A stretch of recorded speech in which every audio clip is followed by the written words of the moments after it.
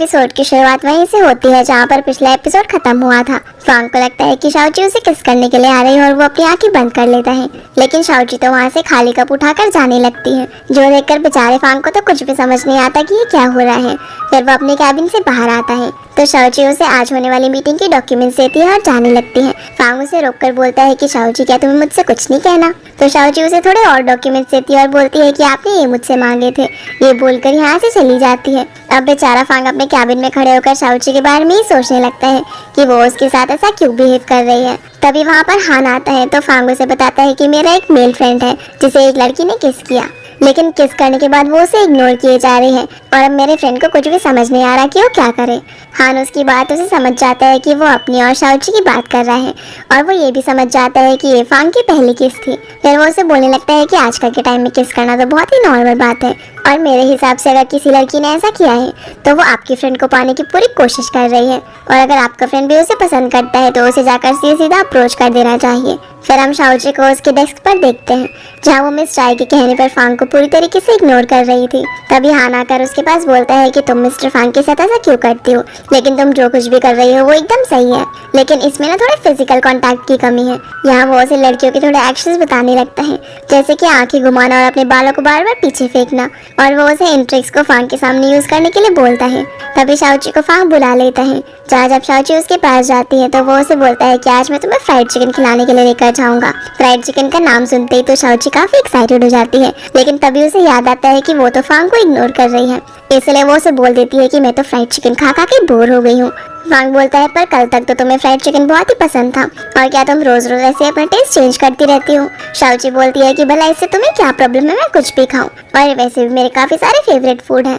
फांग बोलता है कि नहीं तुम ऐसा नहीं कर सकती, तुम्हें लॉयल रहना होगा। ये बोलकर वो उसके पास आता है और उससे बोलता है कि आखिर तुम क्या चाहती हो। शाओची उसे दूर करती है और बोलती है कि मेरे पास ऑलरेडी बहुत सारा काम है, इसलिए मैं काम करने के लिए जा रही हूँ। ये बोलकर वो जाने लगती है, लेकिन दरवाजे तक जाकर वो फिर से वापस आ जाती है और फांग को चेयर पर बैठने का बोलकर अपने बाल पीछे करने लगती है, जैसा कि उसे हान ने करने के लिए कहा था। और फांग तो बेचारा देखता ही रह जाता है कि आखिर वो ये सब क्या कर रही है। फांग अब अपने रूम से बाहर आकर हान से पूछता है कि आखिर शाओची को इतना काम किसने दिया? तो हान बोलता है कि बॉस आपने ही। जो सुनकर फांग बेचारा निराश होकर शाओची की तरफ देखने लगता है। तो हान उसे कहता है कि बॉस क्या हुआ, अब आपका अपने डिसीजन पर रिग्रेट हो रहा है क्या? पर जब उसे रियलाइज होता है कि उसने कुछ ज्यादा ही बोल दिया तो वो चुप होकर फांग को मीटिंग के लिए रेडी होने को बोलता है। जिसके बाद हम शाओची को देखते हैं जो कि वन डिजाइन नाम की कंपनी में जाकर किसी मिस्टर वांग से मिलने वाली थी, लेकिन वो उसे वहाँ पर नहीं मिलते। तभी वहाँ पर जियांग आ जाता है तो शाओची उसे बोलती है कि अरे तुम यहाँ पर क्या कर रहे हो, तुम्हें याद है ना कि हम पार्टी में मिले थे? तो वो बोलता है कि हाँ मुझे पता है। शाओची उसे बताती है कि मैं मिस्टर वांग से मिलने के लिए आई थी। तो जियांग बोलता है कि कोई बात नहीं, तुम्हें उनसे जो भी डिस्कस करना है वो तुम मुझे बता सकती हो। इधर मीटिंग में फांग फिर से सभी से रिसर्च डिपार्टमेंट स्टेब्लिश करने की बात कहता है तो कांग बोलने लगता है कि इससे कोई भी फायदा नहीं होने वाला और बेकार में हम इतना पैसा रिसर्च डिपार्टमेंट में लगाकर कंपनी का लॉस ही होने वाला है। ये सब बोलकर वो मिस्टर जू की तरफ आंख मारता है क्योंकि उसे लग रहा था कि वो उनकी साइड है, लेकिन फांग ने तो उन्हें पहले ही पटा लिया था, इसलिए इस बार वो फांग की साइड लेते हैं और रिसर्च डिपार्टमेंट स्टैब्लिश करने की बात कहते हैं, जिनकी बात मानकर बाकी सारे डायरेक्टर्स भी एग्री हो जाते हैं। जो सुनकर फांग काफी खुश होता है और कांग का प्लान फेल हो जाता है। मीटिंग रूम से बाहर आकर फांग हान से पूछने लगता है कि शाओची अभी तक वापस नहीं आई क्या? तो वो बताने लगता है कि इस कंपनी को बनाना बहुत ही मुश्किल काम है और शाओची वहाँ पर हर दिन जाकर उनसे मिलने की कोशिश करती है। इधर शाओची जियांग से मिलकर उसे अपनी कंपनी के प्रपोजल के बारे में बताने लगती है, जहाँ बात करने के बाद जियांग उसे डिनर करने के लिए बोलता है तो शाओची मना कर देती है, पर जैसे ही वो फ्राइड चिकन का नाम सुनती है फट से मान जाती है। शाओची को फ्राइड चिकन खाता हुआ देखकर जियांग उसे बोलता है कि जरा आराम से खाओ, कोई तुमसे छीनने नहीं वाला है, और क्या मैं तुम्हारे घर के लिए भी पैक करा दूं? तो शाओची 3 डब्बे घर के लिए पैक कराने को बोलती है। अब वो उसे भी खाने के लिए पूछती है, लेकिन जियांग मना कर देता है। तो शाओची बोलती है कि फांग भी फ्राइड चिकन नहीं खाता, जिसकी ये बात सुनकर जियांग उससे पूछ लेता है कि क्या तुम दोनों रिलेशनशिप में हो? जो सुनकर शाओची को खांसी आ जाती है और बोलती है रिलेशनशिप मजाक मत करो, वो तो सिर्फ हर दिन मुझे काफी ज्यादा परेशान करता रहता है। अब जब फांग यहाँ से गुजर ही रहा था तभी वो शाओची को किसी और के साथ फ्राइड चिकन खाते हुए देखता है और क्योंकि शाओची के मुंह पर खाना लग गया था तो जियांग उसे साफ करने वाला था। तभी फांग शाओची को कॉल कर देता है। इसलिए शाओची जियांग को बाय बोलकर जाने लगती है। फांग कार से बाहर निकलकर शाओची से बोलने लगता है कि सुबह तो तुमने मुझसे कहा था कि तुम फ्राइड चिकन खा खा के बोर हो गई हो। तो शाओची बोलती है कि हाँ तो क्या हुआ, मेरा मन बदल गया है। ये सुनकर फांग उसने जो घर के लिए फ्राइड चिकन पैक कराया था वो वहाँ पर बैठी हुई एक लड़की को दे देता है। शाओची उस लड़की से वापस लेने ही वाली होती है, लेकिन फांग शाओची को इस तरह उठा लेता है और बोलता है कि सुनो मेरी बात, अब से तुम मेरा ही खरीदा हुआ फ्राइड चिकन खाओगी। ये बोलकर वो उसे कार में ले जाकर बैठा देता है और अपने साथ घर ले जाने लगता है। अगले दिन मिस चाय को जब पता चलता है कि फांग की कंपनी रिसर्च डिपार्टमेंट खोलने वाली है तो वो शाओची से बोलती है कि आगे जाकर जब तुम फांग को डेट करोगी तो उसे मेरे रेस्टोरेंट में इन्वेस्ट करने के लिए बोलना, ताकि मैं भी अपने बहुत सारे रेस्टोरेंट की चेन्स खोलकर अमीर हो जाऊं। और क्या मेरी फांग को इग्नोर करने वाली ट्रिक काम आ रही है?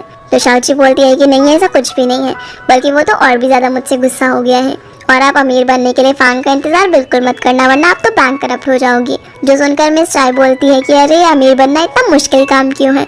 जो सारी बातें सुनकर शाबू बोलती है कि अरे अमीर बनने के लिए बॉस को नहीं बल्कि मॉम को पटाना होता है। मैंने बहुत सारे ड्रामास में देखा है कि जब भी किसी लड़के की माँ को पता चलता है कि उसका बेटा प्यार में है तो वो उस लड़की के पास जाकर उसे बहुत सारा पैसा ऑफर करती है अपने बेटे को छोड़ने के लिए। तभी वहाँ पर फांग की स्टेप मॉम आ जाती है जो मिस चाय से पूछती है कि तुम लोग मिस शाओची कौन है, मुझे उससे बात करनी है और मैं पूरा रेस्टोरेंट बुक कर रही हूँ। मिस चाय बोलती है कि पूरा रेस्टोरेंट बुक करने के काफ़ी पैसे लग जाएंगे, तो वो बोलती है कि कोई बात नहीं। जो सुनकर मिस चाय तो काफ़ी खुश हो जाती है, पर शाबू सोचने लगती है कि पता नहीं अब क्या होगा, क्योंकि उसे पता चल गया था कि ये फांग की स्टेप मॉम है। तभी यहाँ पर हान आता है जो कि कॉफ़ी खरीदने के लिए आया था, तो मिस चाय से बोलती है कि बाद में आना, अभी किसी ने रेस्टोरेंट बुक किया हुआ है। और जैसे ही वो शाओची को फांग की स्टेप मॉम से बात करता हुआ देखता है तो वो हैरान रह जाता है। इधर फांग की स्टेप मॉम शाओची को काट देती है। तो जैसा कि शाओची को शाओबू ने बताया था कि हर ड्रामा में मदर अपने बेटे को पीछे छुड़वाने के लिए लड़की को बहुत सारा पैसा देती है, तो शाओची कार्ड वापस करते हुए बोलती है कि मैं फांग को नहीं छोड़ने वाली। तो स्टेप मॉम बोलती है कि हाँ, मैं ये चाहती भी नहीं हूँ, मैं तो ये चाहती हूँ कि तुम उसके साथ रहकर मेरी मदद करो और मुझे फांग के बारे में हर अपडेट देती रहो, जिसके लिए शाओची भी मान जाती है। और इस काम के लिए स्टेप मॉम उसे 1 लाख RMB एडवांस में भी देती है, जो चीज़ बाहर से हान भी देख लेता है। जिसके बाद हम फांग को उसके ऑफिस में देखते हैं। तभी हान उसके पास कॉफ़ी देने के लिए आता है। फांग उससे पूछता है भला तुम क्यों कॉफ़ी देने के लिए आए हो, तो हान उसे बता देता है कि शाओची आज छुट्टी पर है और यहाँ उसकी हरकतों से उसे पता चल जाता है कि वो कुछ छुपा रहा है। तो वो उसे सच बताने को कहता है। वो उसे बताता है कि मैंने आपकी स्टेप मॉम जू शिशन को शाओची के पास देखा था, जहाँ वो उसे काट दे रही थी और इस समय शाओची की कोई गलती नहीं, हमें उस पर ट्रस्ट करना चाहिए, ये ज़रूर जू शिशन ने किया होगा। मिस्टर फांग, मुझे पता है कि आपको बहुत गुस्सा आ रहा है। ये बोलकर वो खुद ही उसके हाथ से कॉफ़ी का कप लेकर फेंक देता है और बोलता है कि अब आपको कैसा लग रहा है। तो फांग बोलता है कि मुझे वो कॉफ़ी पीनी थी। जो सुनकर हान उसे देखने लगता है। जिसके बाद फांग डॉक्टर ज़ांग से मिलने के लिए जाता है और उसे सारी बातें बताता है। तो डॉक्टर ज़ांग बोलता है कि अगर शाओची ने तुम्हें बिट्रे किया होगा तो तुम क्या करोगे। फांग बोलता है कि मुझे नहीं लगता कि वो ऐसा करेगी। तो डॉक्टर ज़ांग बोलता है कि फिर तुम्हें अपनी जजमेंट पर ट्रस्ट करना चाहिए और शाओची को ऑब्जर्व करना चाहिए, क्योंकि अगर ऐसे किसी इंसान को बहुत सारे पैसे मिलते हैं तो वह इम्पल्सिवली उस पैसे को खर्च करने लगता है। इधर हम शाओची को देखते हैं जो कि मिस चाय और शाओबू को लेकर शॉपिंग करने के लिए जाती है और इन लोगों को ढेर सारी शॉपिंग कराती है। पर जब उसे अपने लिए एक ड्रेस पसंद आती है तो वो उसे नहीं लेती क्योंकि वो बहुत ज़्यादा महंगी थी। लेकिन मिस चाय के फोर्स करने पर वो अपने और फांग के लिए एक कपल हेडबैंड ले लेती है। फिर जब ये लोग घर पहुंचते हैं तो फांग ने इतनी ज़्यादा शॉपिंग करते हुए देखकर समझ जाता है कि ज़रूर शाओची ने उसी स्टेप मॉम से पैसे लिए हैं और वो उसे बिट्रे कर रही है। शाओची जैसे ही उसे हेयरबैंड पहनाने के लिए जाती है तो वो गुस्से में अपना दरवाज़ा बंद कर लेता है, जो देखकर मिस चाय बोलती है कि शायद तुमने उसे बहुत छोटा सा गिफ्ट दिया है, इसलिए वो नाराज़ हो गया है। फांग अब गुस्से में अंदर जाकर डॉक्टर ज़ांग को ये सारी बातें बताता है। तभी उसे शाओची का मैसेज आता है जो कि कल सभी को मिस चाय के कैफे में डिनर के लिए इनवाइट करती है। तो फांग डॉक्टर ज़ांग को भी वहाँ पर आने के लिए बोलता है ताकि वो शाओची से मिल सके। अगले दिन शाओची जब डिनर की तैयारी कर रही होती है तभी वहाँ पर जियांग आ जाता है जो उससे पूछता है कि क्या मुझे एक मिल्क टी मिलेगी। तो शाओची बोलती है कि मिल्क टी तो अभी नहीं मिल सकती और वो उसे जूस देकर बोलती है कि लो अभी इससे काम चला लो। यहाँ ये दोनों एक दूसरे को वीचैट पर भी ऐड कर लेते हैं और एक दूसरे के अच्छे फ्रेंड्स भी बन जाते हैं, जिन्हें इस तरह बातें करते हुए मिस चाय भी देख रही थी। मिस चाय शाओची के पास आकर उसे बोलती है कि मुझे तुम्हारे और फांग का रिलेशनशिप बहुत ज़्यादा पसंद है और अगर तुम फांग को छोड़कर किसी और के पास गई ना तो देख लेना। शाओची बोलती है आप चिंता मत करो, मैं फांग को कभी नहीं छोड़ूंगी। जो सुनकर मिस चाय भी स्माइल करने लगती है। तभी वहाँ पर लिया आता है जो शाओची से पूछने लगता है कि आज तुमने हॉट पॉट डिनर का प्लान क्यों बनाया। तो शाओची बोलती है कि ये सब तुम्हारे भाई फांग की वजह से हुआ है, क्योंकि वो मुझसे नाराज़ है और मिस चाय ने बोला था कि हॉट पॉट से सारी चीज़ें सॉल्व हो सकती है। तभी यहाँ पर फांग डॉक्टर ज़ांग के साथ आ जाता है। यहाँ जैसे ही मिस चाय डॉक्टर ज़ांग को देखती है तो वो उसे अपना एक्स बॉयफ्रेंड समझकर हक करने लगती है है क्योंकि वो बिल्कुल उसके जैसा ही दिखता था। अब ये सभी लोग उसे समझाने लगते हैं कि ये डॉक्टर ज़ैंग है, ना कि उसका एक्स बॉयफ्रेंड। पर मिस चाय उसके बाल खींचकर देखने लगती है और बोलती है कि क्या तुमने हेयर ट्रांसप्लांट करवाया है। लेकिन जल्दी उसकी गलतफहमी दूर हो जाती है और वो रोते हुए यहाँ से भाग जाती है। शाओची भी उनके पीछे पीछे जाती है जहाँ मिस चाय अपना मेकअप ठीक कर रही थी और वो शाओची से बोलती है कि मैंने तुम्हारी बहुत मदद की है, इसलिए तुम्हें भी मेरी मदद करनी पड़ेगी और तुम्हें ध्यान रखना होगा कि डिनर करते वक्त मैं डॉक्टर ज़ैंग के बगल में बैठूं। जिस पर शाओची मान जाती है। अब डिनर करते वक्त बेचारी शाओची बहुत कोशिश करती है कि मिस चाय डॉक्टर ज़ैंग के पास में बैठे, लेकिन कभी फांग तो कभी ली उसके प्लान को खराब कर देते हैं।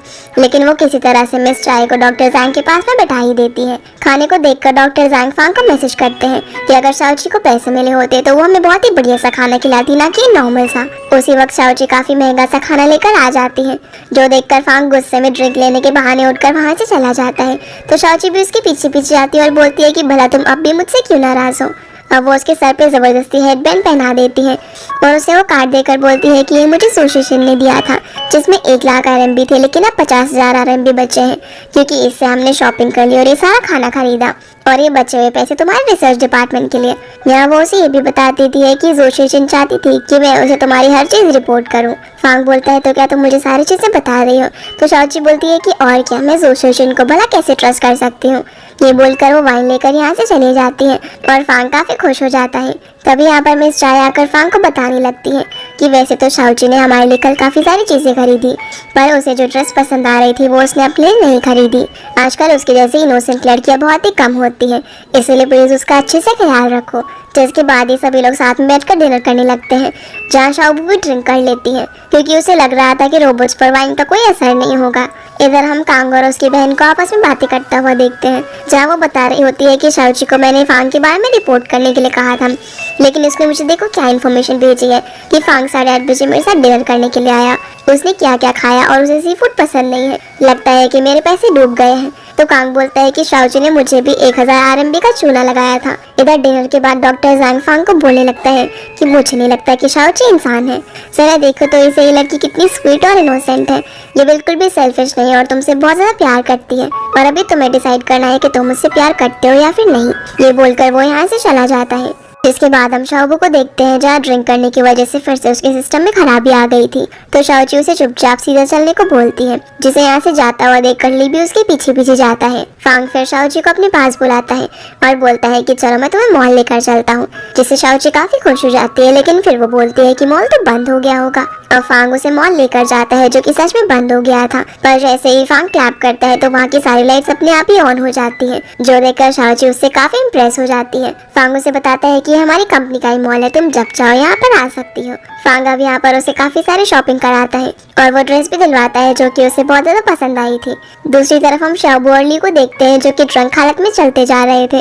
ली यहाँ पर आसमान की तरफ देखकर हाथों से स्टार बनाने लगता है, तो शाओबू यहाँ पर अपनी पावर से उसका नाम लिखती है और उसे हवा में उड़ा देती है। फिर वो उसके सामने स्टार्स भी बनाती है, जो देखकर ली तो उसे काफी ज्यादा इम्प्रेस हो जाता है और बोलने लगता है कि तुम तो काफी अलग हो, तुम कोई नॉर्मल इंसान नहीं हो। जो सुनकर शाओबू को तो लगता है कि उसे पता चल गया कि वो एक रोबोट है, लेकिन ली तो सिर्फ इतना बोलता है कि तुम काफी यूनिक हो। जो सुनकर शाओबू रिलीफ फील करती है।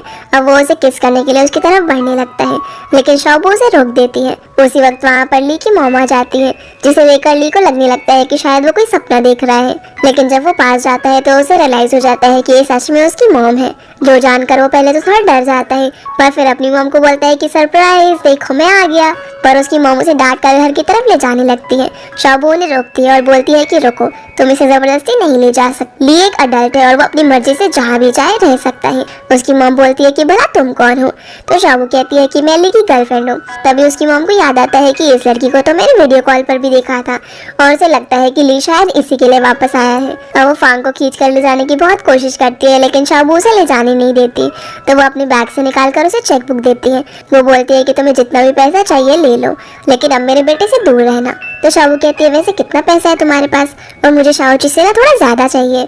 जो सुनकर ली की मॉम बोलती है क्या तुम दोनों ने मुझे ATM समझ रखा है। फिर वो ली को खींचकर यहाँ से ले जाने लगती है और जाते जाते वो शाओबू से चेक बुक भी ले लेती है। इधर फांग और शाओची जब घर आ रहे होते हैं, तभी शाओची को शाओबू का कॉल आता है, जो उसे बता देती है कि ली को उसकी मॉम ले गई। तो वो शाओची को घर जाने का बोलकर खुद अपने घर जाता है। फांग घर पहुंचकर ली से मिलने के लिए जा रहा होता है, लेकिन जू सूचिन उसे रोक देती है और बोलने लगती है कि ली वापस आ गया है, ये बात तुमने हमसे क्यों छुपाई। फांग बोलता है कि ली अब एक अडल्ट है और अपने डिसीजन खुद ले सकता है, तुम्हें उसके कुछ भी चीज डिसाइड करने की जरूरत नहीं है। तभी उसके फादर बीच में बोल पड़ते हैं कि ली अडल्ट हो गया है, लेकिन वो अभी भी काफी यंग है और वो गलत डिसीजन ले सकता है।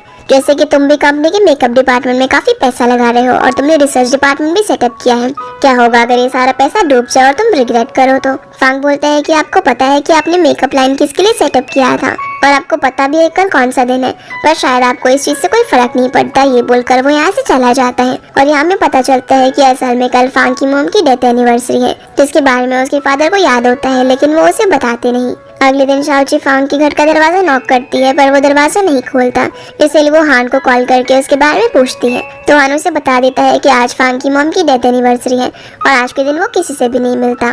शाओची पूछती है कि वो कहाँ पर होगा, तो हान उसे बता देता है। इधर हम फांग को एक अम्यूजमेंट पार्क में देखते हैं जहाँ वो अकेला बैठा हुआ था। शाओची भी यहाँ पर आकर जब फांग को अकेले बैठा हुआ देखती है तो वो सोचने लगती है कि वो उससे कैसे बात करेगी, लेकिन तभी फांग उसके पास आ जाता है और पूछता है कि क्या तुम मुझे ढूंढ रही हो। तो शाओची हाँ बोलती है। फांग बोलता है कि चलो मैं तुम्हें घर छोड़ देता हूँ, लेकिन शाओची बोलती है कि नहीं, अब हम यहाँ पर आए हैं तो थोड़ा घूम ही लेते हैं। लेकिन तभी पार्क बंद होने की अनाउंसमेंट होने लग जाती है, इसीलिए शाओची ऑफिस में बात करने के लिए जाती है और किसी तरह वहाँ के मैनेजर को पार्क को थोड़ी देर बाद बंद करने के लिए मना लेती है। फिर वो फांग के साथ काफी सारे राइड्स पे घूमती है और किसी तरह उसका स्ट्रेस रिलीज करवाने की कोशिश करती है। पर जब ये दोनों मैरी गो राउंड पर होते हैं तो फांग फिर से सैड हो जाता है, क्योंकि उसकी मॉम ने जब उसे आखिरी बार मैरी गो राउंड पर घुमाया था तब वो उससे आगे थी और फांग हर साल उनकी डेथ एनिवर्सरी पर थीम पार्क आता है। तभी शाओची को याद आता है कि शाओबू ने उसे बताया था कि ह्यूमंस के लिए मदर बहुत ही इंपॉर्टेंट होती है, क्योंकि वो उन्हीं की वजह से इस दुनिया में आ पाते हैं और अगर उनकी मदर इस दुनिया में ना रहे तो वो काफी अकेला महसूस करते हैं।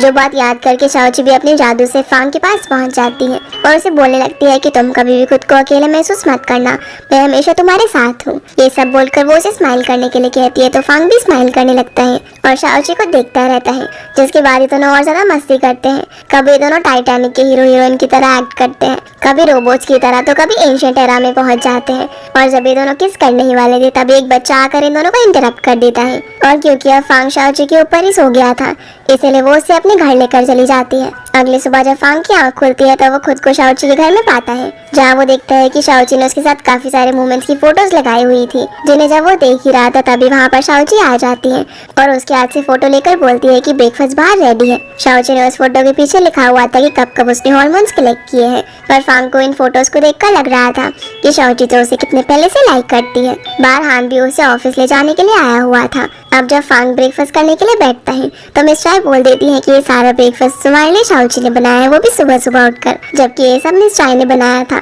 जिसे खाकर फांग शाओची की तरफ देखने लगता है और उसके कुछ तारीफें भी करता है। शाओची शाओबू को उदास देखकर फांग से ली के बारे में पूछती है तो वो बताता है कि ली को उसकी मॉम ने घर के अंदर कैद कर दिया और उसका फोन भी छीन लिया गया है, वो शायद उसे वापस से अब्रॉड भेज देगी। शाओबू परेशान होकर बोलती है कि उसके पेंटिंग के ड्रीम का क्या होगा, तो फांग बोलता है तुम चिंता मत करो, मैं उसे हमेशा सपोर्ट करूंगा। जो सुनकर शाओबू रिलीफ फील करती है और फिर फांग यहाँ से कंपनी के लिए निकल जाता है। किसके जाने के बाद मिस चाय शाओची से बोलती है कि फांग की बात उस समय समझ गई हूँ कि वो तुम्हारे बारे में जरूर सोचता है और अब तुम्हें अपनी रिलेशनशिप को नेक्स्ट स्टेज पर ले जाना होगा, फांग को फोर्सफुली किस करके।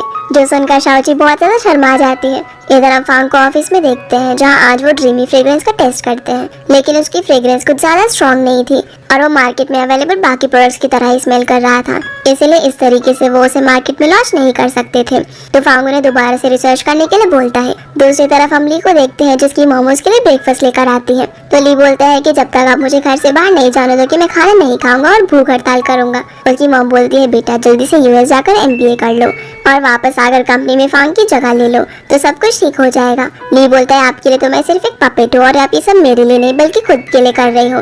तो उसकी मॉम उसे अपनी बातों में फंसाने लगती है और बोलती है कि तुम्हारे पास तो इतनी अच्छी अपॉर्चुनिटी है फैमिली बिजनेस में जाने की, लेकिन तुम्हें देखो पेंटर बनना चाहते हो। पर ली अब भी खाना खाने से मना कर देता है, पर उसकी मॉम उसे बहुत ही अच्छे से जानती थी, इसलिए वो जैसे ही उसकी ब्लैंकेट हटाती है तो देखती है कि उसने काफी सारे स्नैक्स छुपा कर रखे हुए हैं, जिन सभी स्नैक्स को वो यहाँ से लेकर चली जाती है। उनके जाने के बाद ली शाओबू के बारे में ही सोच रहा था, तभी वो अपनी बैल्कनी के बाहर शाओबू को देखता है, जिसे देखकर वो काफी खुश हो जाता है और उसे रूम के अंदर ले आता है। उसकी हालत देखकर शाओबू बोलती है कि तुम परेशान मत हो, अब मैं आ गई हूँ, और अपने बैग से उसके लिए काफी सारे स्नैक्स निकालती है। फिर वो उसे ले जाने के लिए उसका सामान पैक करने लगती है। तो लियो उसे मना कर देता है और बोलता है कि मेरी मॉम मुझे नहीं जाने देंगी और तुम चिंता मत करो, मैं घर पर ठीक हूँ, बस मैं थोड़ा सा बोर हो जाता हूँ। तो शाबू बोलती है कि अब से मैं तुम्हें रोज मिलने आऊंगी, जो सुनकर ली काफी खुश हो जाता है। इधर शाओची फांग को अकेला देखकर उसे किस करने के लिए जा ही रही होती है, लेकिन तभी उसे रियलाइज होता है कि वो ज्यादा अच्छी नहीं लग रही है। इसलिए वो परफ्यूम लगाने के लिए परफ्यूम डिपार्टमेंट जाती है, जहाँ जाकर वो सभी परफ्यूम को स्मेल करने लगती है कि कौन सा वाला अच्छा परफ्यूम है, मैं वही लगाऊंगी। पर इस सब के चक्कर में उसका पैर फिसल जाता है और उसे एक परफ्यूम की बोतल नीचे गिर जाती है, जिसके अंदर उसकी रिंग में से फांग के हार्मोन्स भी मिल जाते हैं। कुछ गिरने की आवाज सुनकर फांग भी यहाँ पर आ जाता है। फांग वहाँ आकर जैसे ही परफ्यूम को स्मेल करता है तो वो उसे काफी ज्यादा पसंद आता है। अब वो उस परफ्यूम को अपने हाथ पर लगाकर शाओची को भी स्मेल करवाता है, तो शाओची को भी ये काफी पसंद आता है। और फांग तो बस यहाँ शाओची को प्यार से देख ही जा रहा था। इसी के साथ ही एपिसोड यहीं पर खत्म हो जाता है। तो गाइस ये थी आज की वीडियो एंड आई होप आप लोगों को ये वीडियो पसंद आई होगी, तो इस वीडियो को लाइक कर चैनल को सब्सक्राइब जरूर कीजिएगा। आपसे फिर मिलते हैं अगले एपिसोड में, तब तक के लिए गुड बाय।